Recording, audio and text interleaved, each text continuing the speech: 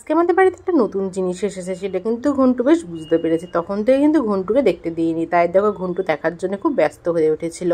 আর ওইদিকে দিদি আমার হাতে মেহেন্দি পরিয়ে দিয়েছিল। দেখো যেই ওকে দরজা খুলে দিচ্ছে, ও কিন্তু সোজা ওই দিকেই চলে গেছে। আমাদের উপর বাথরুমের জন্য নিয়ে এসেছিলো একটা গিজার, কারণ এতদিন ধরে উপরে বাথরুমে কোনো গিজারের কোনো প্লাগ করা ছিল না। এবারে সব কিছু সব ঠিকঠাক করে একদম উপরে গিজারটা সেট করে দেবে। দেখো যতক্ষণ ঘন্টু এখন বাইরে বার করে তখন থেকেই দেখো শোকাশুকি কিন্তু শেষ নেই। বাবা যেহেতু ওপরে নিয়ে এসেছে আর আদার্স লোকে প্যাকিং করে দিতে সবার গন্ধ এখন ঘন্টুকে শুকতে হবে। ভিডিওটা শুরু করলাম পরের দিন সকালবেলা থেকে। দেখো ঘুম থেকে উঠে পড়েছে, আর উঠে সাথে দেখতেছি কফি করে নিয়ে এসেছে, আর এসে নিয়েই নাটকবাজি শুরু হয়ে গেছে। ও এখন আমাকে ওর বর বানিয়েছে, আমি যেন ঘুম থেকে উঠেছি এখন আমাকেও কফি দিচ্ছে, এইরকম টাইপের একটা ঢং করছে। আর ওইদিকে মিস্ত্রিটা আমাদের এটা ঠিক করতে এসেছিলো, ওনার জন্য 1 কাপ কফি করে নিয়ে এসেছিলো। দেখো এসে আবার চিমটেও কেটে দিচ্ছে আমি ভিডিও বানাচ্ছি বলে। ঘন্টুও কিন্তু মিছিমিছি একবার দিয়েছিল, ঘন্টু তো এইসব খায় না। ঘন্টু চুপ করে বসে দিদি রঙ্গই দেখলো। তার খানিক্ষণ পর আবার দিদি নিজের জন্য 1 কাপ কফি এনেছিল, ওটা একটু খেয়ে নিল। তার বেশ খানিক্ষণ পর দেখছে আবার ট্যাঙ্কি নিয়ে এসেছে আমাদের বাড়িতে।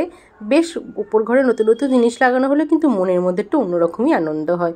ট্যাঙ্কিটা কত বড় দেখো, দিদি একটু তোলার চেষ্টা করছিল কিন্তু এতটাই ভারী যে তুলতে পারলো না। দিদি দেখো বলছে আমি নাকি ট্যাঙ্কিটা তুলবো। বেশ খানিক্ষণ পর যারা ট্যাঙ্কি নিয়ে এসেছিলো তারা একটুখানি তুলছিল, অনেক কষ্ট করে কিন্তু তারা তুলেছে। সত্যি কথা বলতে ট্যাঙ্কিটা কিন্তু খুব ভারী ছিল। দেখো ফাইনালি তারা চলে এসেছে ট্যাঙ্কিটা তুলতে, আর এবার কিন্তু বেশ ভালোও লাগছিলো ট্যাঙ্কিটা তুলবে। আর ওদিকে কিন্তু গুড্ডি আমাদের বাড়িতে বেশ অনেকদিন ধরে হচ্ছে, গুড্ডি আমাদের বাড়িতে রয়েছে থাকছে।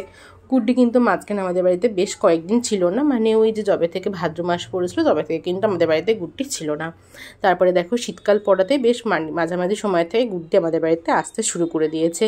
গুড্ডিকে কিন্তু একটা আলাদা ঘরও বানিয়ে দিয়েছি, ওকে ঠিকঠাক করেও রেখে দিয়েছি। এটা পুরো আস্তে আস্তে ভিডিওতে তোমরা জানতে পারবে। আর দেখো কাকুটা এসে গেছে এই ভারী ট্যাঙ্কিটা তুলতে, অনেক কষ্ট করে কিন্তু এটা তুলেছিল। আর কিন্তু ভয়ও লাগে যদি একবার হাত থেকে পড়ে যায় তাহলেই গেল। ঘন্টু তো চিৎকার করছিল, ওই দেখো জানলা দিয়ে মুখ বার করে দেখছে। আর গুড্ডির তো কোনো ব্যাপার না, গুড্ডির মতোই আমাদের পাশে ঘুমাচ্ছে। গুড্ডির আমাদের বাড়িতে লোক আসুক যাই আসুক ওর কোনো মাথা ব্যথা নেই। আর গুড্ডিরই যত মাথা ব্যথা হলো ঘন্টুর, ওইখান থেকে কিন্তু কনস্ট্যান্ট মাথা বার করে দেখছে, চিৎকার করছে। ফাইনালি দেখো ট্যাঙ্কিটা অনেক কষ্ট করে তুলে ফেলেছে, আর মনের মধ্যে কিন্তু সেই মজা লাগছিল যে ফাইনালি ট্যাঙ্কিটা আমাদের বাড়িতে উঠে গেল। গুড্ডির কিন্তু কোনো ব্যাপার না, এত বড় একটা জিনিস উঠছে, এত আওয়াজ হচ্ছে, এত কিছু হচ্ছে, ও কিন্তু ওর মধ্যে বেশ ঘুম পাচ্ছে। আর দেখো যখনও জিনিসটা তুলেছে তখনও কিন্তু প্রাণের মধ্যে ওর একটুও ভয় নেই। ওর একটা বিশ্বাস আছে আমি আর দিদি আছি, ওর কখনোই কোনো কিছু আমরা হতে দেবো না। ও কিন্তু নিশ্চিন্তে ওর মতো রোদ পোয়াচ্ছিল ছাদের মধ্যে।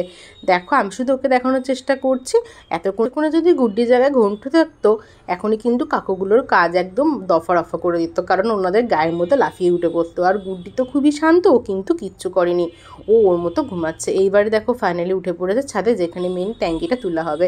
কি করে যে ছাদের মধ্যে উঠে পড়লো সেটাই বুঝতে পারলাম না। এই ছাদে ওঠার না আমরা দিদির অনেক দিনের ইচ্ছা ছিল, অনেকবার ভেবেছিলাম এই ছাদে একটা সিঁড়ি করবো, এই ছাদে ঘুরবো, কিন্তু শেষ পর্যন্ত সিঁড়িটা করা হয়নি।